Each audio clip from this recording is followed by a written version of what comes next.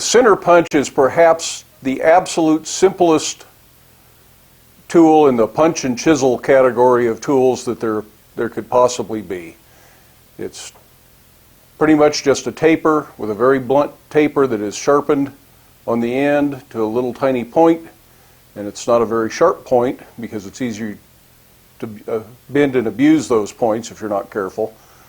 So there's really not a whole lot of worrying about blades and specific diameters and specific shapes and all of that kind of stuff that there might be with other punches and chisels or hammer eye punches or any of these other things that we've actually shown before. So I'm a little bit late doing this one. It's probably the project we should have started with. Most center punches are round, and all of these that I have that you just saw are round center punches. Most of them are store-bought. A couple of them are punches that I made. But in blacksmithing, you are frequently using a center punch to mark some kind of a layout mark you need to find again hot. And those round punch marks can be real hard to find on a piece of hot iron. A square or diamond shaped punch mark looks much more out of place and can often be much easier to locate in the hot iron, so you know where to punch, chisel, or whatever it is you're marking for. And I used to have a square center punch, but I can't find it. Unfortunately, if you make these too simply, they look just a lot like any other piece of scrap iron, and who knows where it might have gotten off to. So I'm going to replace my square-ended center punch and make a new one today. I'm going to start with a piece of W1 tool steel. Doesn't need to be W1, 4140, 5160, 01, S7, whatever you have that's a good hardenable steel that'll stand up to the abuse. But I have this half-inch square W1, and I think it'll be the easiest thing to use right now, so that's what I'm going to use. I'm going to cut off 4 inches of that, and then let's go to the fire.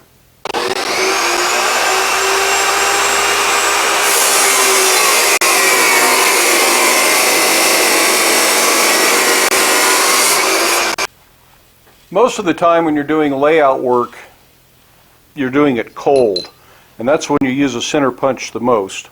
My favorite center punches are both right about 5 inches long overall.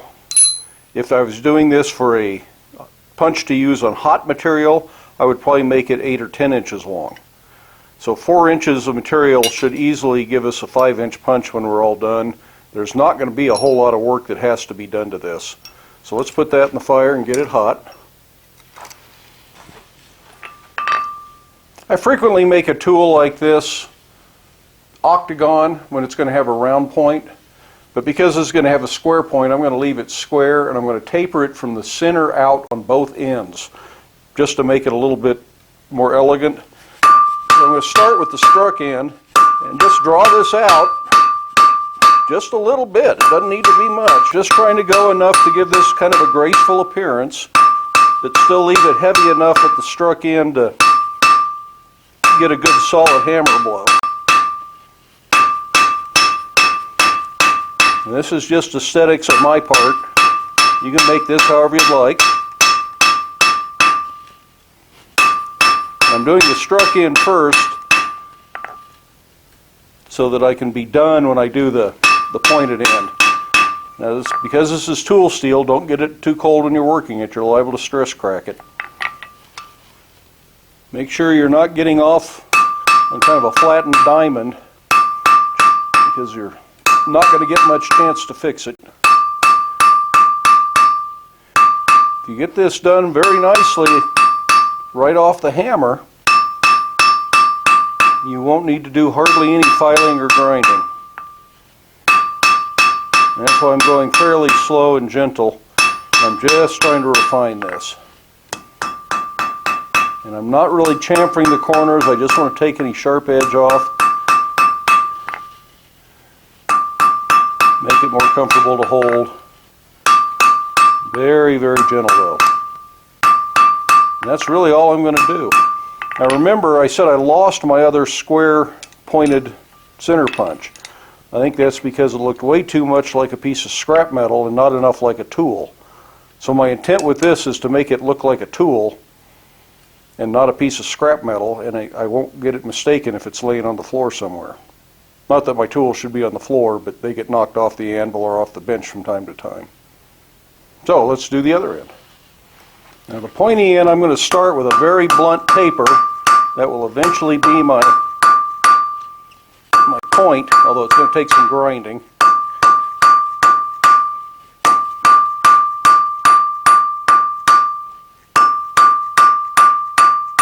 This is way too sharp a point for what I'm going to want, but it establishes the idea behind the tool.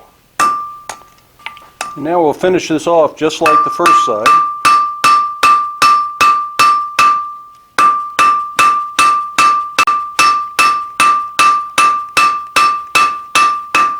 Keep it square and smooth.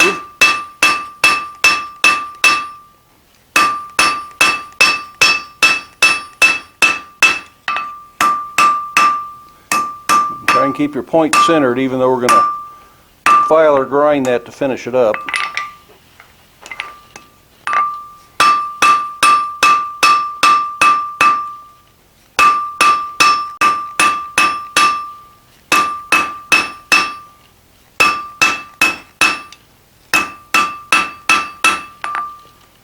Keep an eye on it, make sure it's really square.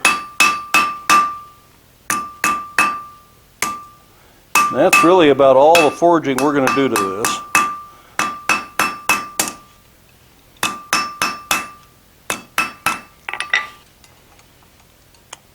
I want to mark this with my touch mark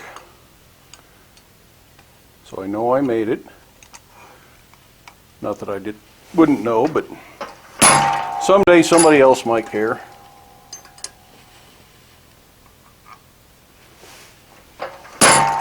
And then on the opposite side, I'm going to mark it W1 so I know what the steel is that it's made out of.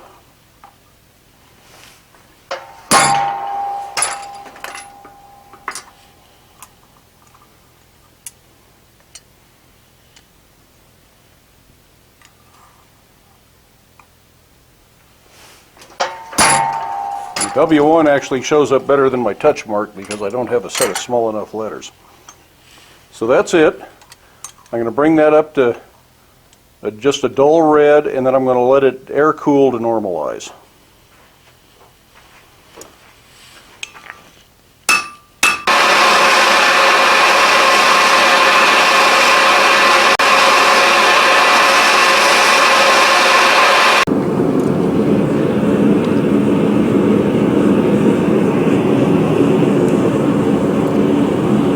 We've done all of our grinding. It's nice and cleaned up. It's ready to harden and temper. I'm going to put it in the forge and just let it come up to heat slowly with the gas off.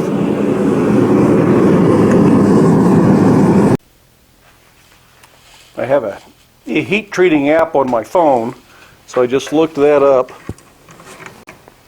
and it's at 1400 to 1555 is what it says for hardening. That's a huge range. That almost seems unlikely to me, but that is what it says. So we're going to just barely get it up to a dull red, which is probably about 1450. And we'll have to turn the gas back on to do that.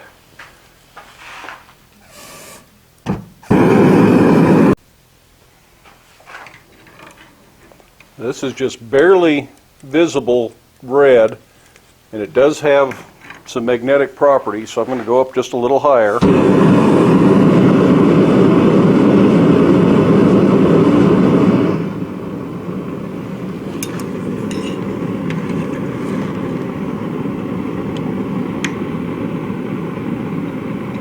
And at this point, I only want to do, well, the point.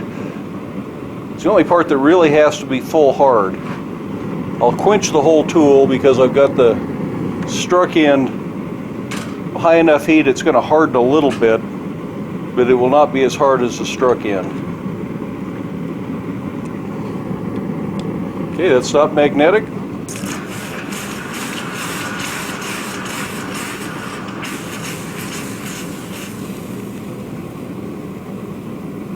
And I did not quench as vigorously on the struck end either. It's still too hot to touch, so it's getting a little bit of self-tempering there. And all that does help keep it from being too brittle. Gives it kind of a variable temper. Now if I test this with a file, that doesn't hardly even scratch the point there, but the struck end, it does cut it a little bit, so that's definitely a little bit softer, and that's what we were after. So now we need to temper this, and we can temper it by letting temper colors run. But we'd have to polish it up, and I want to leave this black just because I feel like leaving it black. So I'm going to put this in the toaster oven like I usually do. Quick check of my heat treat information shows that 400 degrees would give a Rockwell of 62 to 64, and 500 is 58 to 59 Rockwell. So I'm going to go to 450 because that's as high as this will go, so that should be about a 60 Rockwell. That'll be a very hard punch for a center punch. Should be extremely durable, and the center punches are not heavily abused, so it should stand up to the abuse that it does get, or the use that it does get, not abuse.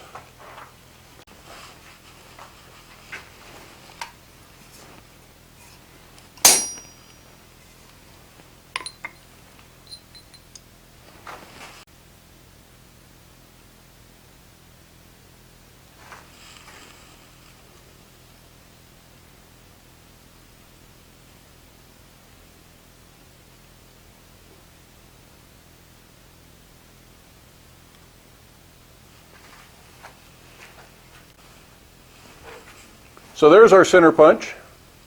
It's another good little project. This is a very basic project. You're probably going to want several of these in the shop.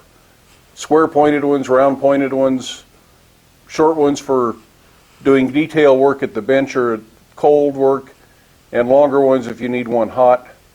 You can make handled ones to use under the treadle hammer. They're all good practical center punches. And if you have several of these laying around the shop, there'll always be one where you need one, whether it's at the bench, the anvil, next to the drill press, or you just forgot where you put the one that you had 5 minutes ago. You can always find another one. So it's a great project. I hope you go make a few. If you like the video, give it a thumbs up. Love it if you'd hit the subscribe button. If you're interested in helping support the videos financially, there is a link in the description of my PayPal account. And as always, there is no obligation. The content is free. That is simply a gratuity if you're so inclined. Get out to the shop, stay safe, wear your safety glasses, have fun, and I'll be here waiting for you tomorrow.